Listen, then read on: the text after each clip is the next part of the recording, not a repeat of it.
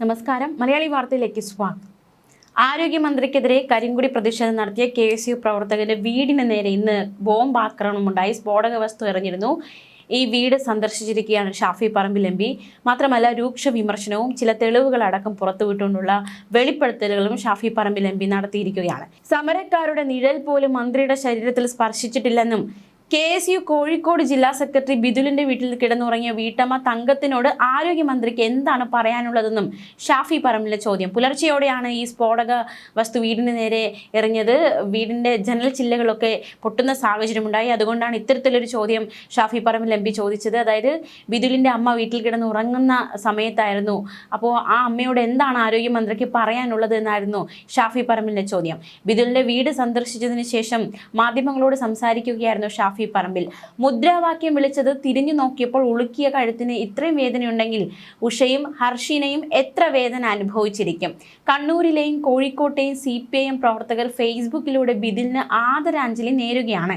കരിങ്കൊടി കാണിച്ചതിനാണോ അഡ്വാൻസ് ആദരാഞ്ജലി എന്നും വീടിന് ബോംബെറിഞ്ഞത് രക്ഷാപ്രവർത്തനത്തിന്റെ പരിധിയിൽ വരുമോ എന്നും ഷാഫി പറമ്പിൽ MPയുടെ ചോദ്യം.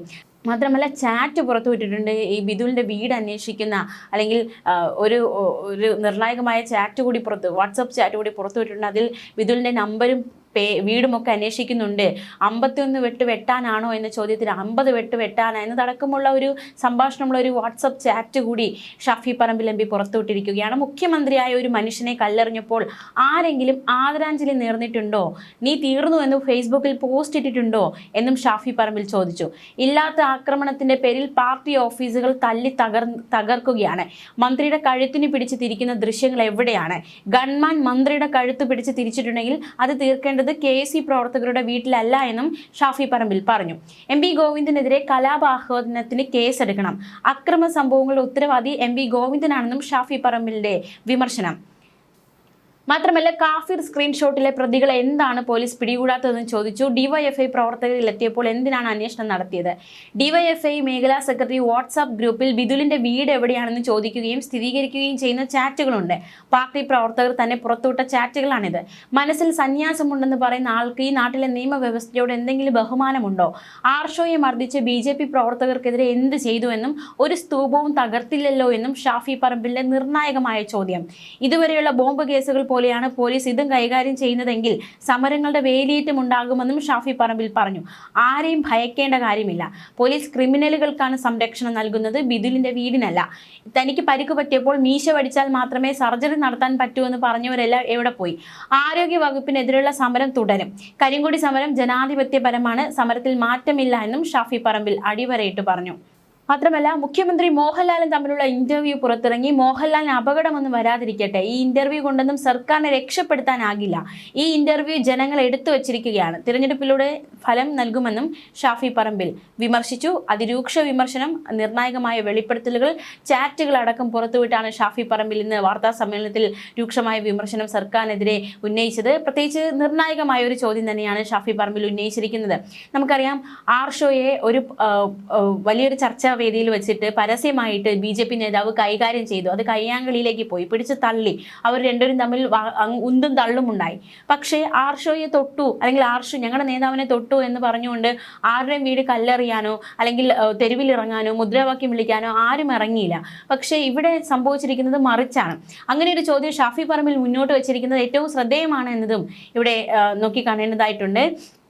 അതേസമയം, ആരോഗ്യമന്ത്രി വീണ ജോർജിനെ കണ്ണൂരിൽ വെച്ച് കരിങ്കൊടി കാണിച്ച കേസിൽ റിമാൻഡിലായ KSU പ്രവർത്തകന്റെ കോഴിക്കോട് വടകരയിലെ വീടിന് നേരെയാണ് ബോംബ് ആക്രമണം ഉണ്ടായത്.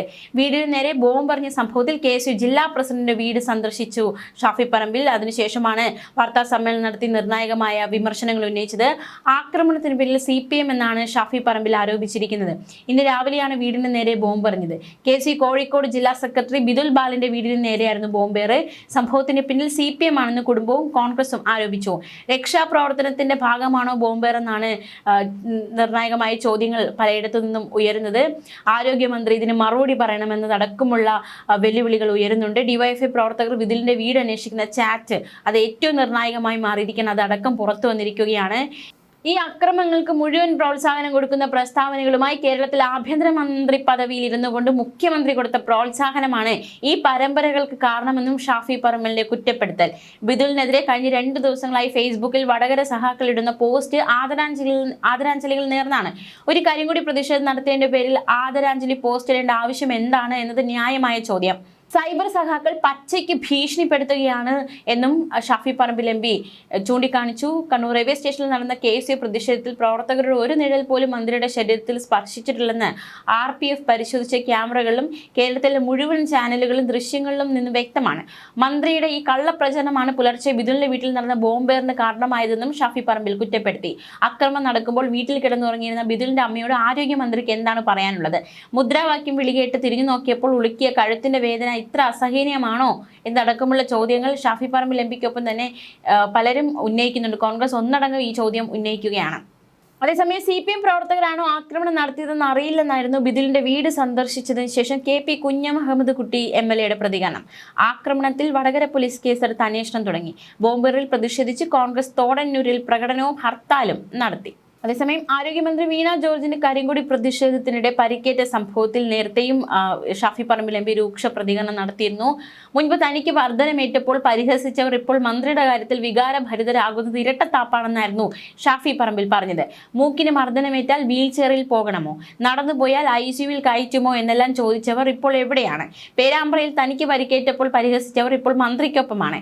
റെയിൽവേ സ്റ്റേഷനിലെ പ്രതിഷേധ ദൃശ്യങ്ങൾ പരിശോധിച്ചിട്ടും മന്ത്രിയെ ആക്രമിക്കുന്നത് കാണാൻ കഴിഞ്ഞിട്ടില്ല. കഴുത്തും കൈയും പിടിച്ച് തിരിച്ചു എന്നൊക്കെയുള്ള CPM സംസ്ഥാന സെക്രട്ടറിയുടെ പ്രസ്താവനകൾ അണികളെ ഇളക്കി വിടാനുള്ളതാണെന്നും അദ്ദേഹം ആരോപിച്ചു. ആരോഗ്യരംഗത്തെ ഗുരുതരമായ വീഴ്ചകളിൽ നിന്ന് ജനശ്രദ്ധ തിരിക്കാനാണ് ഇത്തരം ആക്രമണ നാടകങ്ങൾ സർക്കാർ നടത്തുന്നതെന്ന് ഷാഫി പറമ്പിൽ വിമർശിച്ചു. ചെടിച്ചട്ടി കൊണ്ട് തല അടിച്ചു പൊളിച്ചപ്പോൾ അത് രക്ഷാപ്രവർത്തനമാണെന്ന് പറഞ്ഞ മുഖ്യമന്ത്രി കരിങ്കൊടി കാണിക്കുന്നത് വധശ്രമമാണെന്ന് പറയുന്നത് ഇരട്ടത്താപ്പാണ്. ജനങ്ങളുടെ പ്രതിഷേധം ബാലറ്റിലൂടെ പ്രതിഫലിക്കും. സർക്കാരിനെ കഴുത്തിന് പിടിച്ച് പുറത്താക്കുന്ന കാലം വരും എന്നായിരുന്നു ഷാഫി പറമ്പിൽ പറഞ്ഞത്. മാത്രമല്ല ഫേസ്ബുക്കിലൂടെയും നിർണായക പ്രതികരണം നടത്തി. കേരളം കഴുത്തിന് പിടിക്കും, ഇപ്പോഴല്ല അടുത്ത തിരഞ്ഞെടുപ്പിൽ ഈ സർക്കാരിനെ ബാലറ്റിലൂടെ കേരളം കഴുത്തിന് പിടിച്ച് തന്നെ പുറത്താക്കുമെന്നും MP ഫേസ്ബുക്കിൽ കുറിച്ചു. ഇപ്പോൾ അങ്ങനെ ഉണ്ടായിട്ടില്ല എന്ന് ആ ദൃശ്യങ്ങൾ വ്യക്തമായി പറയുന്നുണ്ട്. ചെടിച്ചട്ടി കൊണ്ട് തലക്കടിച്ചാൽ രക്ഷാപ്രവർത്തനവും കരിങ്കൊടി കാണിച്ചാൽ വധശ്രമവുമാകുന്ന കുതന്ത്രത്തിലൊന്നും ഇനി ജനങ്ങൾ വീടില്ലെന്നും ഇല്ലാത്ത അക്രമത്തിന്റെ പേരിൽ പതിവ് ഗുണ്ടാപ്പണിയുമായി ഇറങ്ങിയിരിക്കുന്ന ക്രിമിനലുകളുടെ പേരിൽ മന്ത്രിക്കും അരിവാൾ കത്രിക നക്ഷത്ര വകുപ്പിനുമെതിരായ സമരത്തിന് അറുതിയാകുമെന്ന് ആരും കരുതേണ്ട എന്നും ഷാഫി പറമ്പിൽ പറഞ്ഞു. കോൺഗ്രസിന്റെ യുവനിര മുഴുവൻ ഈ വിഷയത്തിൽ പ്രതികരിച്ചിട്ടുണ്ട്. കുറച്ച് പ്രതികരണം കൂടി നമുക്ക് നോക്കാം. പ്രത്യേകിച്ച് VT ബൽറാം പ്രതികരിച്ചിരുന്നു. VT ബൽറാമിന്റെ പ്രതികരണം ഇപ്രകാരമാണ്: ഒരു സർക്കാർ ജില്ലാ ആശുപത്രിയിലെ ICU ബെഡുകളുടെ എണ്ണം വളരെ പരിമിതമാണ്. പലപ്പോഴും യഥാർത്ഥത്തിൽ ICU പരിചരണം ആവശ്യമുള്ള രോഗികൾക്ക് പോലും തിരക്ക് കാരണം ഈ സേവനം കിട്ടാറില്ല. നിരവധി പാവപ്പെട്ടവരാണ് ഇങ്ങനെ കഷ്ടപ്പെടാറുള്ളത്. പലർക്കും നിവൃത്തികേട് മൂലം ഡിസ്ചാർജ് വാങ്ങി സ്വകാര്യ ആശുപത്രിയിലേക്ക് പോവേണ്ടി വരാറുണ്ട്.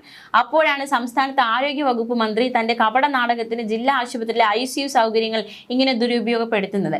മന്ത്രിക്ക് കുബുദ്ധി പറഞ്ഞു കൊടുത്തത് മുഖ്യമന്ത്രി സ്പീക്കറുമാണെന്നും വാർത്തകളിലൂടെ മനസ്സിലാകുന്നു. റെയിൽവേ സ്റ്റേഷനിലെ 1ാമത്തെ പ്ലാറ്റ്ഫോമിൽ കരിങ്കൊടി പ്രതിഷേധം നേരിട്ട മന്ത്രി അതിനെല്ലാം ശേഷം വന്ദേ ഭാരത് ട്രെയിൻ കയറാനായി 3ാമത്തെ പ്ലാറ്റ്ഫോമിൽ എത്തിയപ്പോൾ മാത്രമാണ് സ്പീക്കറുമായും മുഖ്യമന്ത്രിയുമായും ഫോണിൽ ചർച്ച ചെയ്ത് ഇങ്ങനെയൊരു നാടകത്തിനായി തയ്യാറായത്. തന്റെ രാഷ്ട്രീയ കപട നാടകങ്ങൾക്കായി സർക്കാർ ആശുപത്രിയുടെ സൗകര്യങ്ങൾ ദുരുപയോഗപ്പെടുത്തിയ ആരോഗ്യ വകുപ്പ് മന്ത്രിയും അതിന് കൂട്ടുനിന്ന മുഖ്യമന്ത്രിയും സ്പീക്കറും നഗ്നമായ അധികാര ദുർവിനിയോഗമാണ് നടത്തിയത്. ഇത് പാവപ്പെട്ട രോഗികളോടുള്ള വഞ്ചനയാണ്.